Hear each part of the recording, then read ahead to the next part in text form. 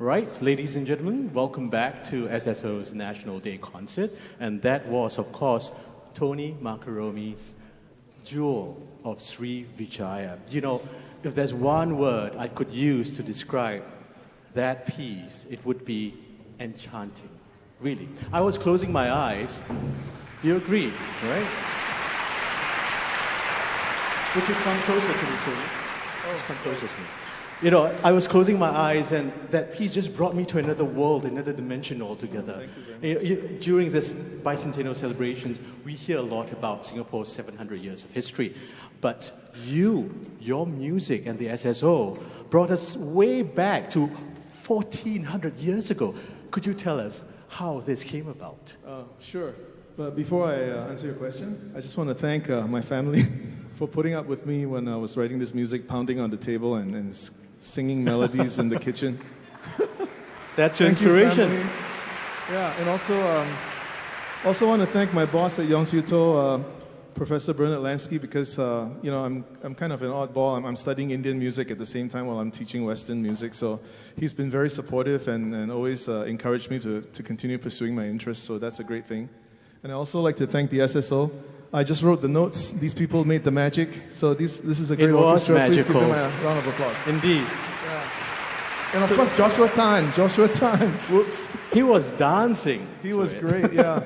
But anyway, about this piece, when I was invited to write this piece for SSO, I thought it would be a great opportunity to think about the history of Singapore and pay tribute, bringing some Indian musical elements from the Tamil Nadu district, where years ago the Cholu dynasty ruled this region of Southeast Asia, and before that the Srivijaya Empire, whose Prince Sangnila Utama founded Singapura when he saw a shining jewel on the ocean's horizon, right? So that's where the title came from, as straightforward as that is. And then tell us about the spices in your piece of music. Of course.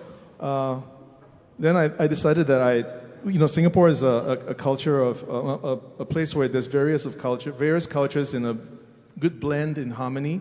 So I thought I could bring the Western orchestra together and blend it with Indian percussion in a way to create unique flavors like we have for our local food, things like that. So I love food, so that worked out. Now I'm thinking about laksa. Oh, good. Yeah, that's a good example, yeah. And Indian rojak. Okay.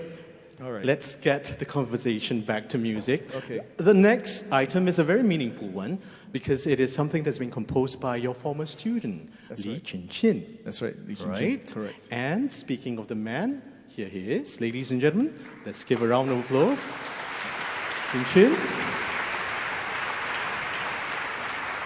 How does it feel like standing next to your teacher? Good evening, everyone. So it's quite a surreal moment. Surreal. Now, how was he like as a student? Well, I was going to tell you the truth, but then he's right here, so... It's okay. No, just kidding. But anyway, Jing Jun was a very hardworking and dedicated student at Yonsei-To Conservatory. Very talented. I never actually told him in person, so this is a very talented student. I've always thought that about him. And the other thing is, the most important thing is, he's very passionate about music. He loves music, and it is this passion that's helped him create all this music. And one thing, though, I didn't know he was a secret composer. He has a secret life as a composer, yeah, because I only taught him musicianship and jazz. And now I discover he's also a great composer. Ooh. So one thing I didn't believe in is I shouldn't interfere with my students' secret lives because that's where all the creative endeavors happen. So I'm glad I didn't interfere with his secret life. But we know now that there's a lot of secret musical magic coming out of him, and I hope he continues to share his mind with us in the future. But how did the secret start to come out? Oh, I have no idea. Maybe he can share with us. Yeah, tell us. I started writing music, I suppose. And then I got opportunities for my music to be performed, and then it just started snowballing from there. Fantastic. And all driven by passion, I'm sure. Yep. Now, I would like to ask you now, if there's one thing you can remember about Tony, what would that be? So this is very clear in my mind. Dr. Tony would always give us tests every single week in class. Wow. In jazz class. So there are 20 questions. Everyone in the class will get full marks. I will always get one wrong, consistently every single class. So he gave me a nickname. He called me Mr. 19. Oh, wow. No, I just meant he always looks young, you know? Yeah? Oh, at 19 is the number, Yeah. age. Yeah, of course. Yes, of course. And 19 is perhaps your lucky number. Look how far you've gone. Okay, now, thank you. And if there's one thing you would like to say to our audience today, what would it be? Well, to everyone who's watching, at home, Happy National Day, Singapore. Thank you, Tony, Kim Chen. Thank you very much.